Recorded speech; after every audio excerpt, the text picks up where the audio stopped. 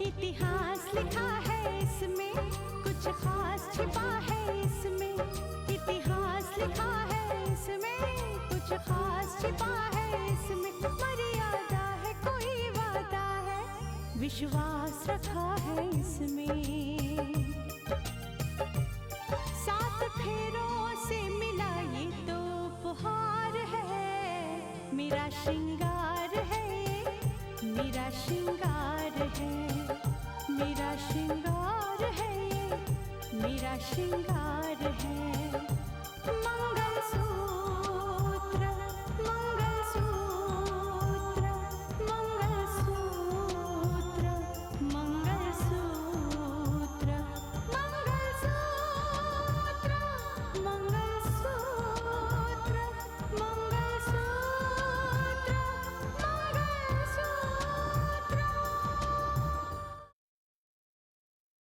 बुआ जी आशीर्वाद दीजिए। जीती रहो बेटा, मेरा आशीर्वाद हमेशा तुम्हारे साथ है। आज तुम फिर से अपनी नौकरी पे जा रही हो। भगवान करे तुम्हें बहुत नाम मिले। ये जो आजकल चल रहा है ना, इस पर कोई और नहीं बल्कि औरत ही रोक लगा सकती है।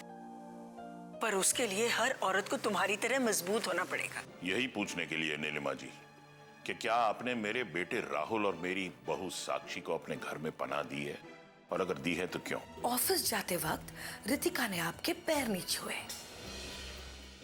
लेकिन जैसे ही आप मायूस होकर अंदर चले गए तो रितिका ने आपके पैर के धूल अपने माथे पर लगाने का नाटक किया। मैं नहीं मानता स्नेहा जी कि रितिका को ऐसा कोई नाटक करने की जरूरत है।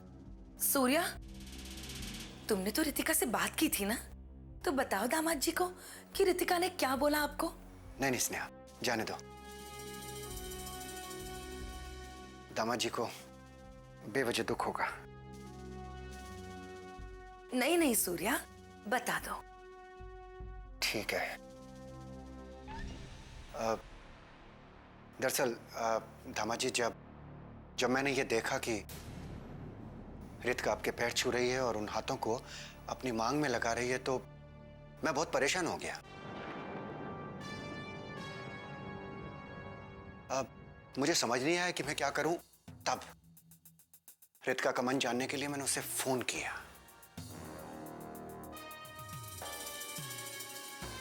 मैंने रितिका से पूछा कि रितिका, जब तुम मानस को इतना प्यार करती हो तो फिर नफरत क्यों जताती हो? भाई, घर में तो सभी लोग ये चाहते हैं कि मानस को माफ कर दिया जाए। तो जानते हो रितिका ने क्या कहा? क्या कहा?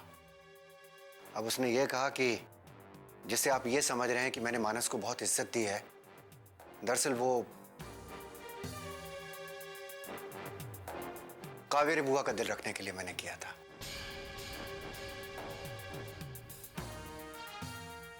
ताकि वो मुझे भला बुरा ना कहे।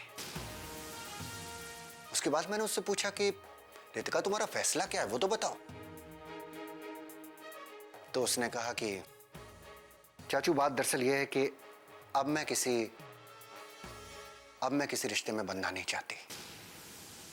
अब मैं किसी रिश्ते में बंधना नहीं चाहती। अब मैं आजाद हूं और मैं एक आजाद जिंदगी गुजारना चाहती हूं। और जैसे ही इन्होंने मुझे ये बात बताई, मैं तो हैरान हो गई। इसलिए मैं आपसे बात करने आ गई कि किसी के ऊपर बोझ बनकर रिश्तों को निभाने के लिए मजबूर नहीं किया जा सकता।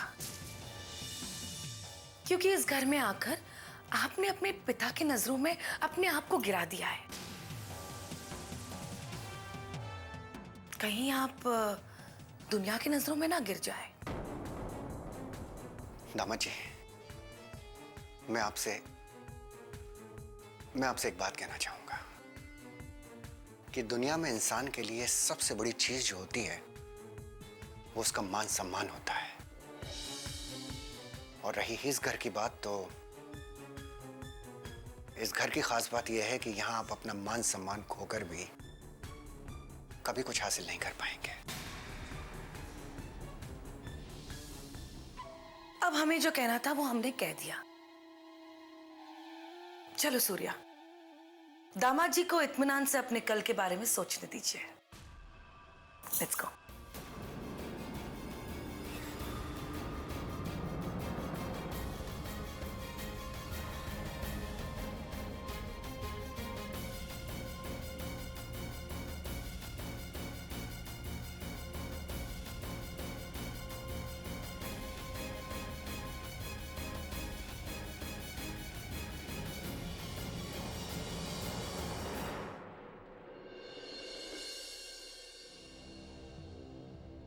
Good evening ma'am. Good evening, बैठ जाइए। मैंने आप सभी को यहाँ पर इसलिए बुलाया है क्योंकि हमें आज और इसी वक्त कुछ खास जगहों पर रेड मारनी है।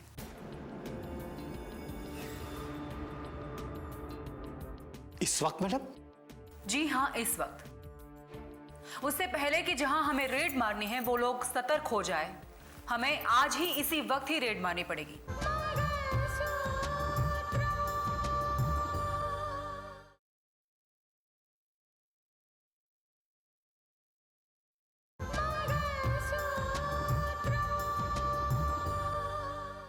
उससे पहले कि जहां हमें रेड मारनी है वो लोग सतर्क हो जाए, हमें आज ही इसी वक्त ही रेड मारनी पड़ेगी। कहाँ रेड मार रहा है मैडम? देखिए, कुछ खास क्लिनिक है हमारे शहर में। मेरे पास नाम है, डिटेल है पूरी। इसलिए मैं चाहती हूं कि वहां के डॉक्टर्स, क्लिनिक वाले, लैब वाले सतर्क हो जाए। उससे पहले हमें उनकी सच्चाई सामने लानी ही होगी। कुछ भी करना है तो करिए, चाहे स्टिंग ऑपरेशन करना पड़े करिए, आई डोंट केयर। लेकिन हमें इस गुनाह को होते हुए रोकना है किसी भी हालत में। समझ गए आप लोग? ठीक है मैडम, उन सारे प्राइवेट क्लिनिक पर आज ही रेड मारे जाएंगे। ये ऑपरेशन पूरी प्लानिंग के साथ होना चाहिए।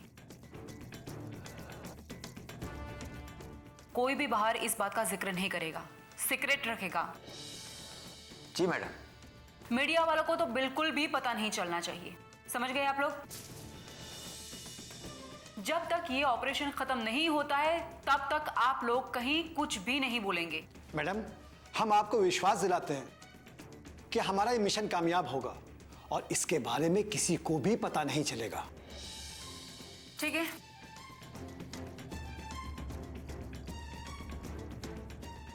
तो आप लोग अभी से और आज से काम शुरू करिए।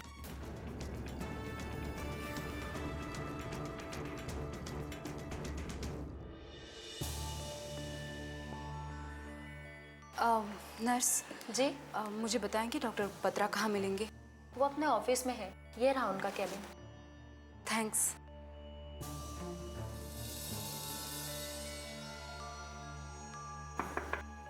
यस, कम इन।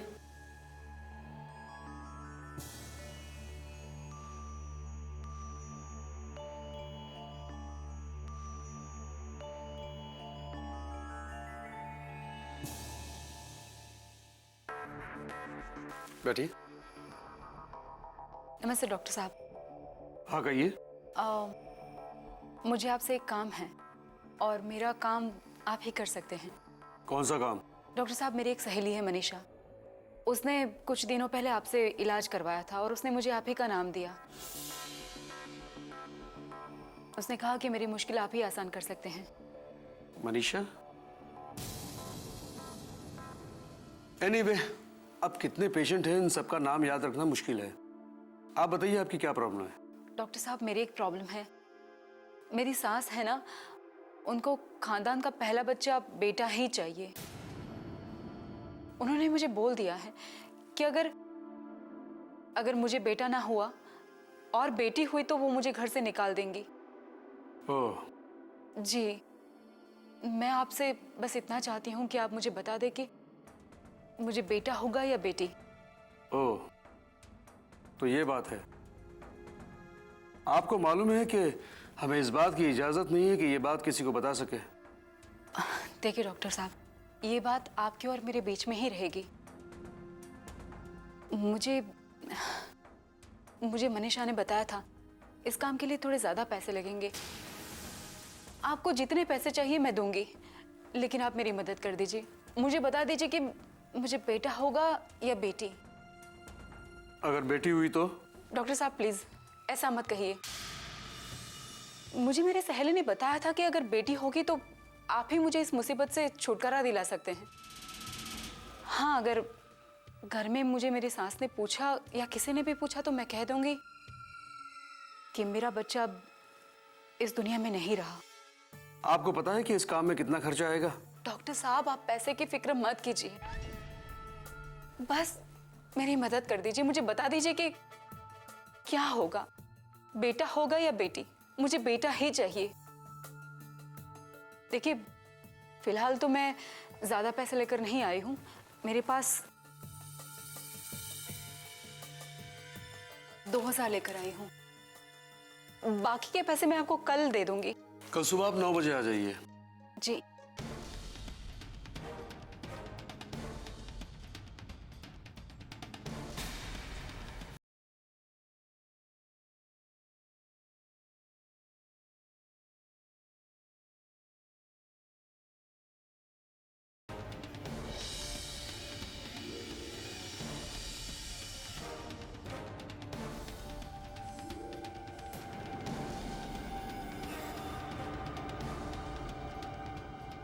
मुझे बताइए आपके क्लिनिक का लाइसेंस कहाँ है? लाइसेंस?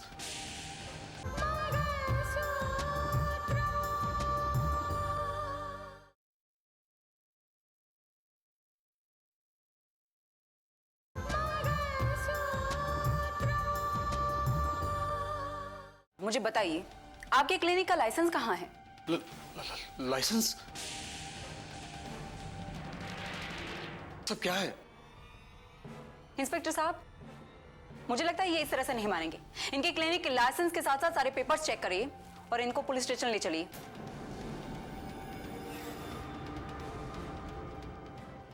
अरे आप जबरदस्ती कर रही है मैडम। अभी तो शुरुआत है। छोड़िए। पहले ही 2 बेटियां हैं डॉक्टर, और घर में सभी कहते हैं कि तीसरी भी बेटी ही होगी। अब आप ही बताइए ना, 2 बेटियों के बाद तो बेटा होना चाहिए ना। अब इसका एक ही कारण है, पहले आप चेक कराएं घर में पलने वाला आपका बच्चा बेटा है या बेटी। बेटी है तो छुटकारा पा लें, क्या पता इसके बाद बेटा हो। यही सोचकर तो डॉक्टर आपके पास आए हैं। लेकिन हाँ, इसके बारे में किसी को पता नहीं चलना चाहिए। नहीं नहीं डॉक्टर, हम किसी को नहीं बताएंगे। कल आप आ जाइए, एडवांस दे दीजिए और अपॉइंटमेंट दे देती हूँ मैं आपको। ठीक है डॉक्टर, आप हमें बता दीजिए कल किस टाइम पे आना है, हम आ जाएंगे। कल सुबह आ जाइए। ठीक है डॉक्टर। और हाँ, हम कुछ पैसे लेकर आए हैं, ये आप जमा कर लीजिए।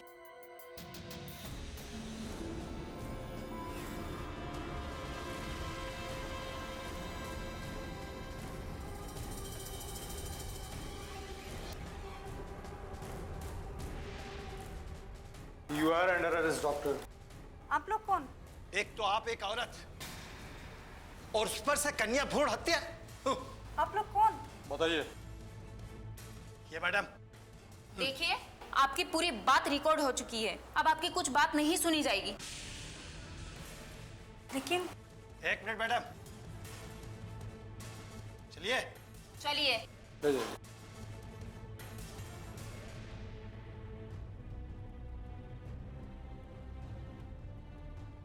हेलो।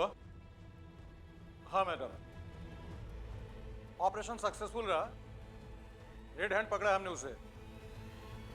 जी हाँ, भेज दिए।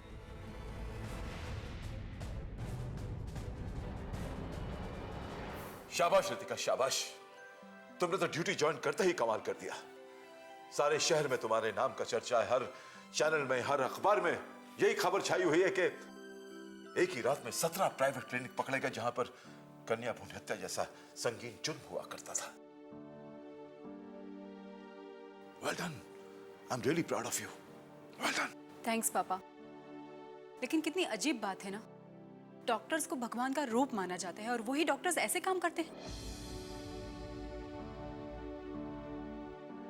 इंसानियत को शर्मसार करने वाली बात है ये, लेकिन इनको ऐसे काम करते हुए बिल्कुल शर्म नहीं आती, बिल्कुल भी परवाह नहीं है। डॉक्टर का लिबास पहनकर अगर वो हत्यारे बन सकते हैं तो ऐसे लोगों के साथ ऐसा ही सुलूक होना चाहिए। हाँ बिल्कुल बिल्कुल बिल्कुल ठीक कह रही हो तुम। मुझे गर्व है रितिका कि तुमने इतना बड़ा कदम उठाया। जिस वक्त हमारा चैनल चल रहा था, उस वक्त इस मामले का खुलासा करने के लिए हम लोग स्टिंग ऑपरेशन के बारे में सोच रहे थे, लेकिन वो ऑपरेशन हम करते उससे पहले ही चैनल बंद हो गया। हाँ पापा, और इस मुहिम की शुरुआत मैंने ही की थी। बेटा एक बात तो बताओ, तुम्हें अचानक इस बात का पता कैसे चला? ये सब कुछ हो रहा है? मुझे साक्षी ने बताया बुआ जी। साक्षी? ये बात तुम्हें साक्षी ने बताई थी? हाँ पापा, साक्षी माँ बनने वाली है। आपको पता है साक्षी के बच्चे को भी मारने की कोशिश की गई थी।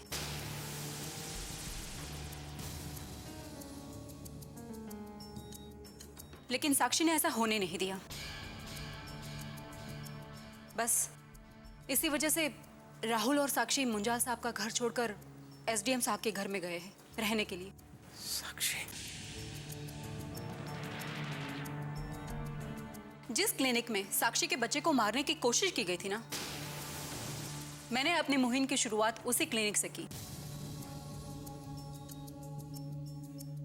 वहां के सारे डॉक्टर्स को मैंने अरेस्ट करवा दिया था। लेकिन बड़े आश्चर्य की बात है पापा कि इन 17 क्लिनिक में से कुछ क्लिनिक्स ऐसे भी हैं जो बिना लाइसेंस के चल रहे हैं।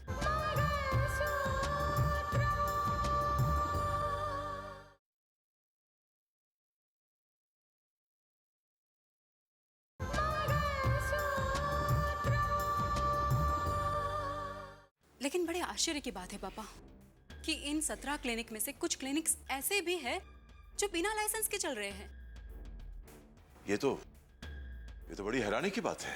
हाँ, हैरानी की बात तो है, लेकिन इनमें से किसी को भी बख्शा नहीं जाएगा। मुझे पता है कि इन क्लिनिक्स को चलाने के पीछे बहुत सारे ताकतवर और पैसे वाले लोगों का हाथ होगा, जरूर होगा। लेकिन मैं किसी को छोड़ूंगी नहीं।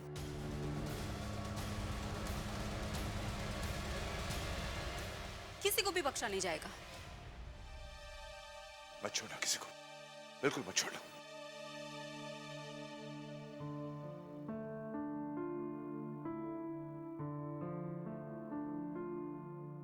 That's my girl. मानस जी, तुम्हें खुश होना चाहिए। मैं खुश हूं डैड।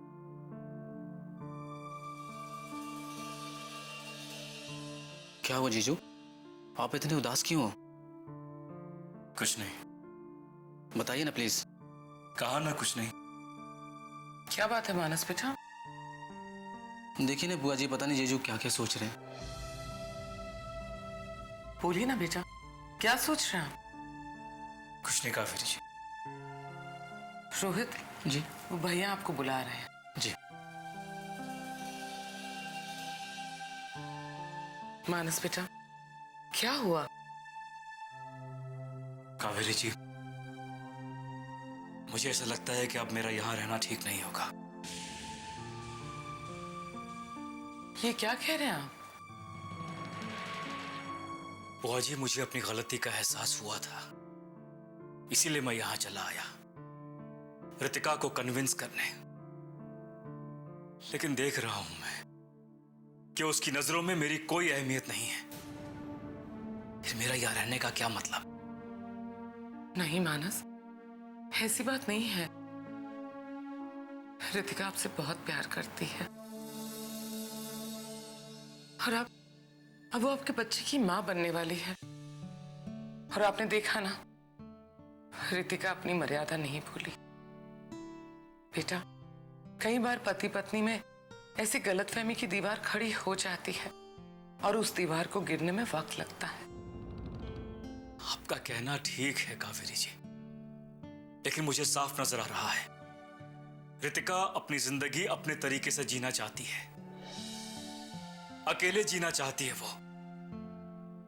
इसीलिए मुझे उसकी जिंदगी में दखल देने का अब कोई हक नहीं है। नहीं बेटा, ऐसी बात नहीं है। बेटा, अभी अभी आप शक के दायरे से बाहर आए हैं। प्लीज गलतफहमी के दायरे में मत फंसिए। कहीं ऐसा ना हो कि सब कुछ समझने के बाद भी आप रितिका को समझ ना पाए। शायद आप ठीक कहती हैं। मैं वाकई उसे समझने की कोशिश कर रहा हूं। एक तरफ वो उस जमीन को छूकर अपने माथे पर लगाती है जहां मेरे कदम पड़े थे, और दूसरी तरफ मुझे इस तरह इग्नोर करती है वो जैसे मेरे साथ उसका कोई रिश्ता ही नहीं है। बेटा, मैं कभी मान नहीं सकती कि रितिका तुम्हें इग्नोर करे। बेटा, तुमने तो देखा ही है ना, जब से उसने ड्यूटी ज्वाइन की है उसके पास वक्त ही नहीं है। समय ने उसके हाथ बांध लिए हैं। लेकिन बेटा, हम सबको तो खुश होना चाहिए रितिका की कामयाबी पे। मैं खुश हूं कावेरी जी, बहुत खुश हूं मैं। लेकिन एक बात प्लीज आप समझा दीजिए उसे, क्योंकि जिस काम की वजह से आज शहर में उसकी तारीफ हो रही है, उसी काम की वजह से शहर में न जाने उसके कितने दुश्मन पैदा हो गए होंगे।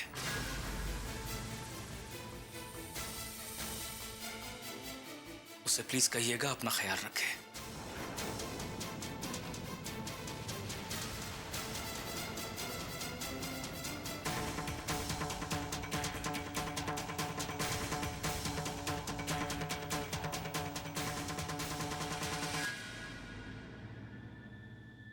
कच्चे धागे से बंधा इसमें